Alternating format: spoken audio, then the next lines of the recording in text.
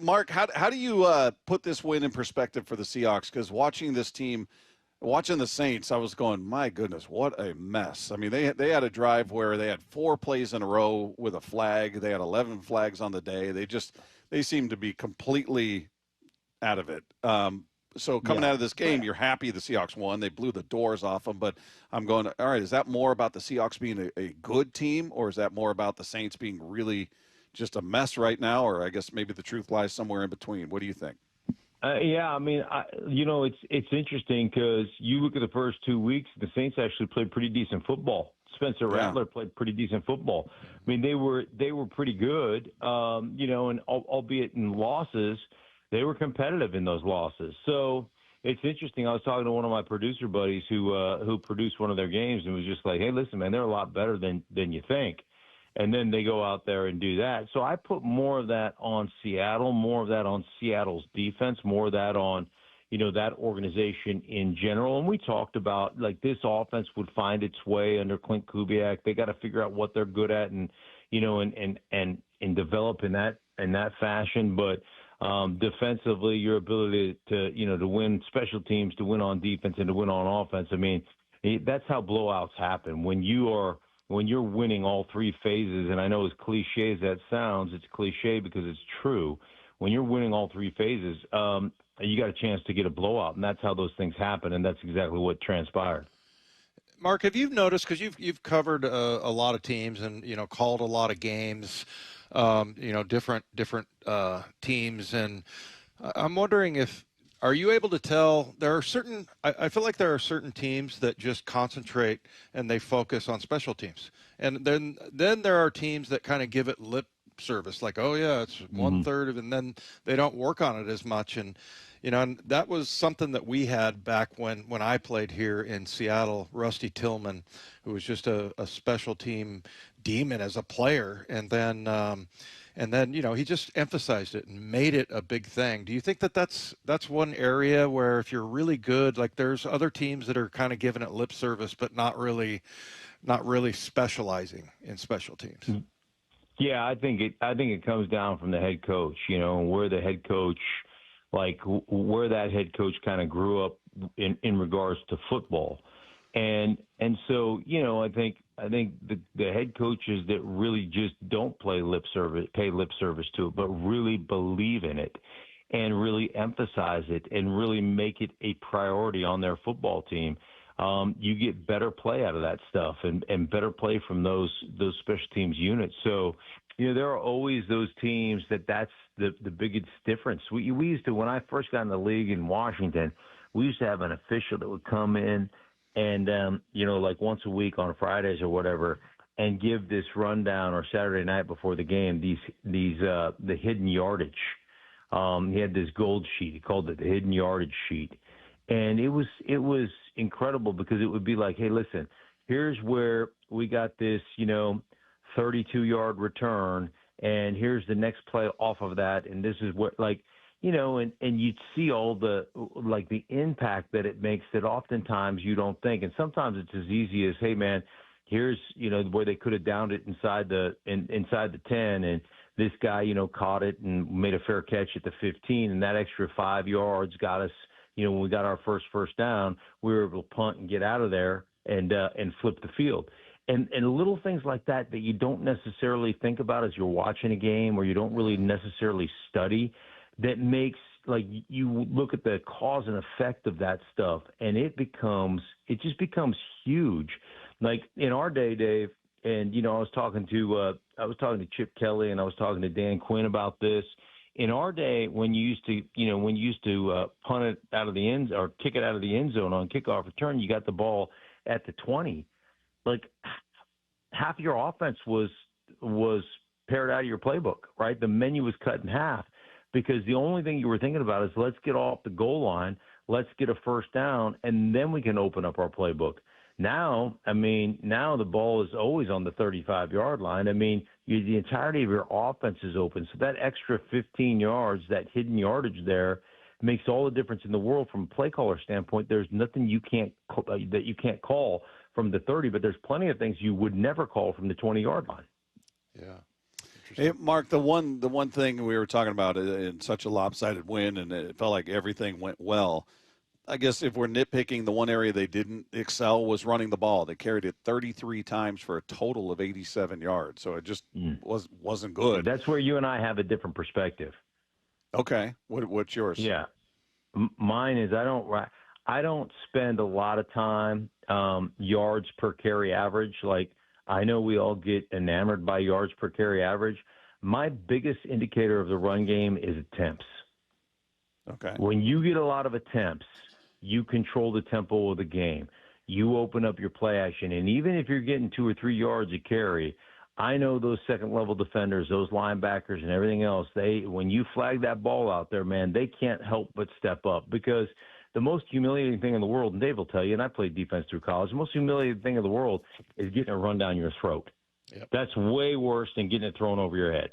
And so, because there's a physicality, there's a manhood, like a type A personality manhood that gets challenged when somebody's running down your throat. So even if you're having success, man, you want to stop the run. So even if you're just getting attempts and you're wearing teams out, the other thing that happens when you get 33 attempts, all of a sudden the pass rush isn't as good. So there's this ancillary benefit, and we just look at the yards per carry and go, wow, we didn't run it very well. And I look at this scheme and say, for a coordinator to be able to stay in that when you're not having great success from a yards per carry average, but you understand the value of doing it, like that to me is the perspective that I always look at. And I went back through our 1998 championship team when I was in Denver, and we averaged on the season 34 carries per game. And in the playoffs, I think we went 38, 38, and 42 in the playoffs to a championship. So it has a different connotation to it to me than just the yards per carry stuff.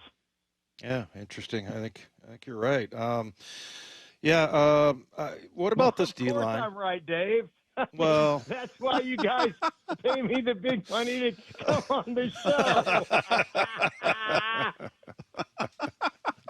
All right, next time I'm going to say, well, I think you're wrong. Anyway, on to the next. We're talking about the D-line, and you like to use war daddies, but, man, there was a couple of examples in this game where Jaron Reed, Byron Murphy, Leonard Williams, and I love when Leo makes a play and then he like bares his teeth. That he looks like a lion, out in the wild, just baring his teeth and screaming. I mean, that guy is just terrifying. Nicest guy in the world, but yeah, I mean, it just looks like those three guys. I mean, if they can stay healthy, I don't know how you block them, and they're all three split in double teams.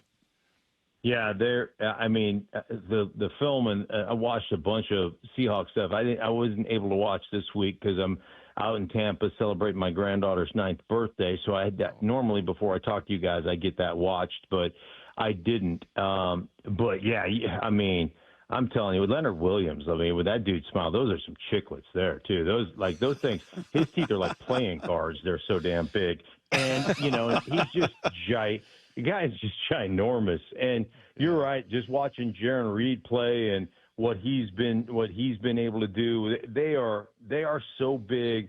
And so, like, it's one thing to be big. Like, I didn't mind you being big and strong. That was fine. Or I didn't mind you being quick and athletic. That was fine too. I had a plan for both of those things.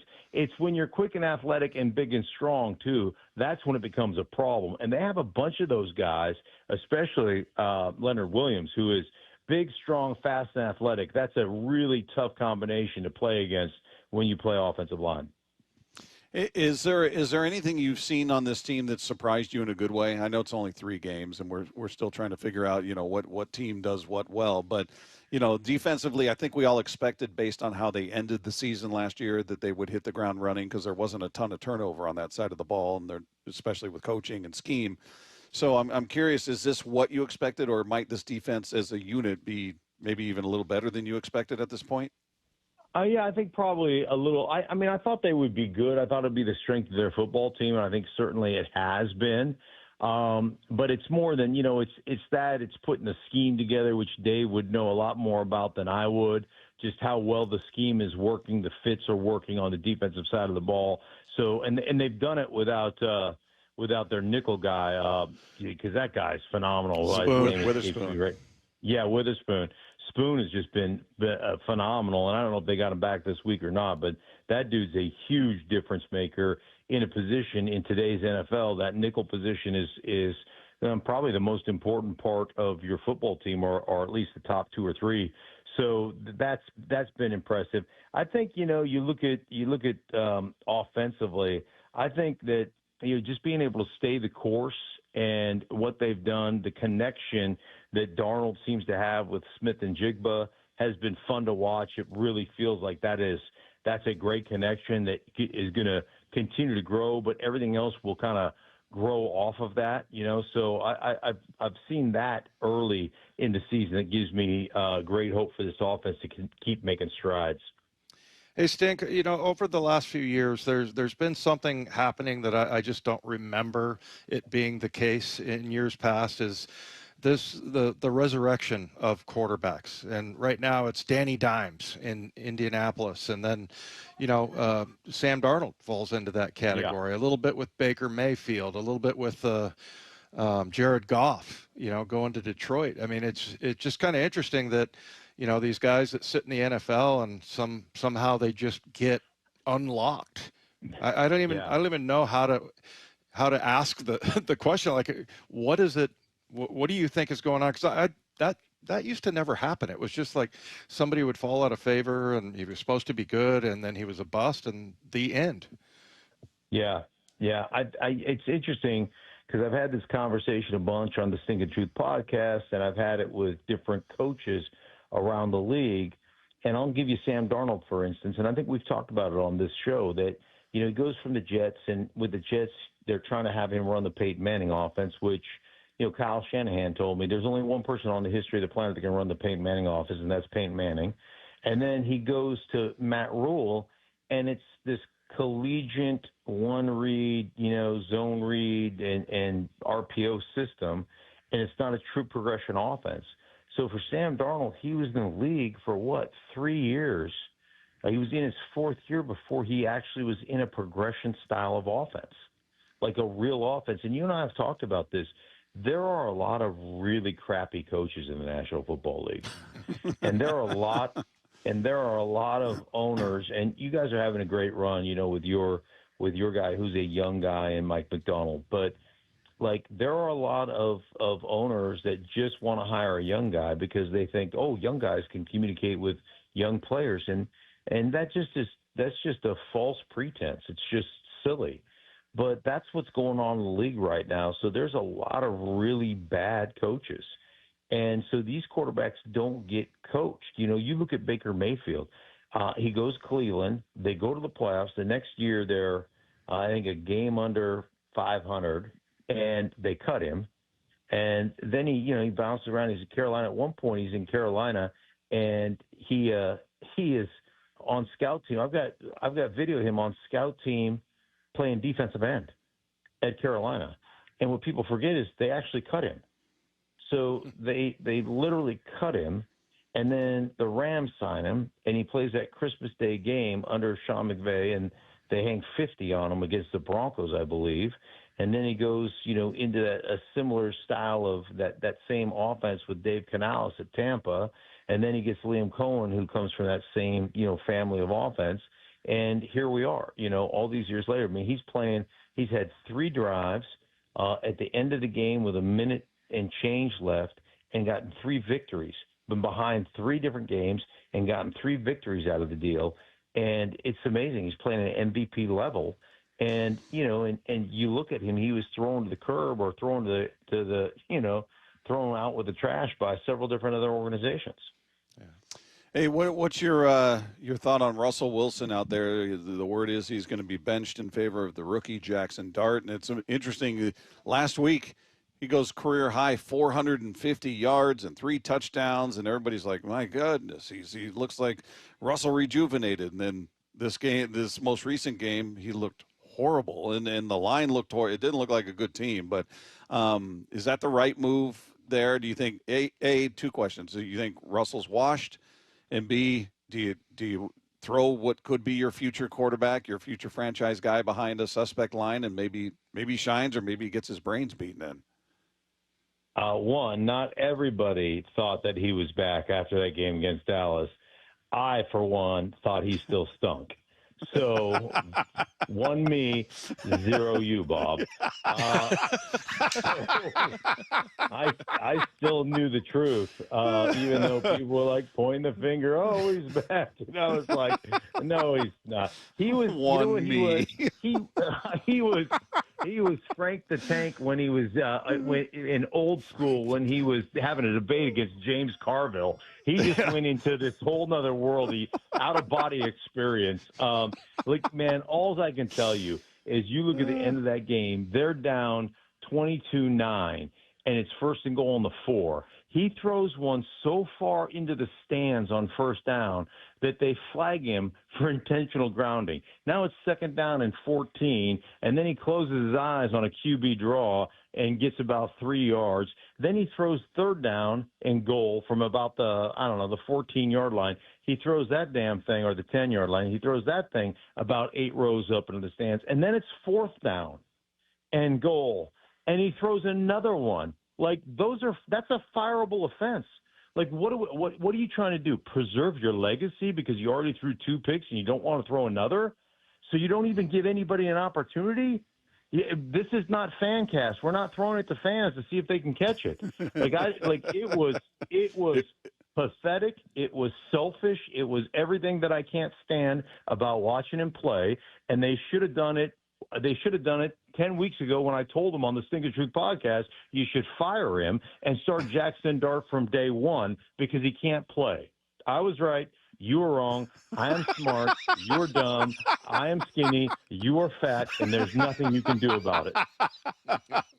I love the me 1, you 0. That's great. Well, I think that one that's kind of one to end with. Yeah, that's good stuff. Good stuff. All right. The drop the mic moment there. Mark, we love you. We appreciate you, man. As always, we'll do it again next week. All right, back at you. Take care.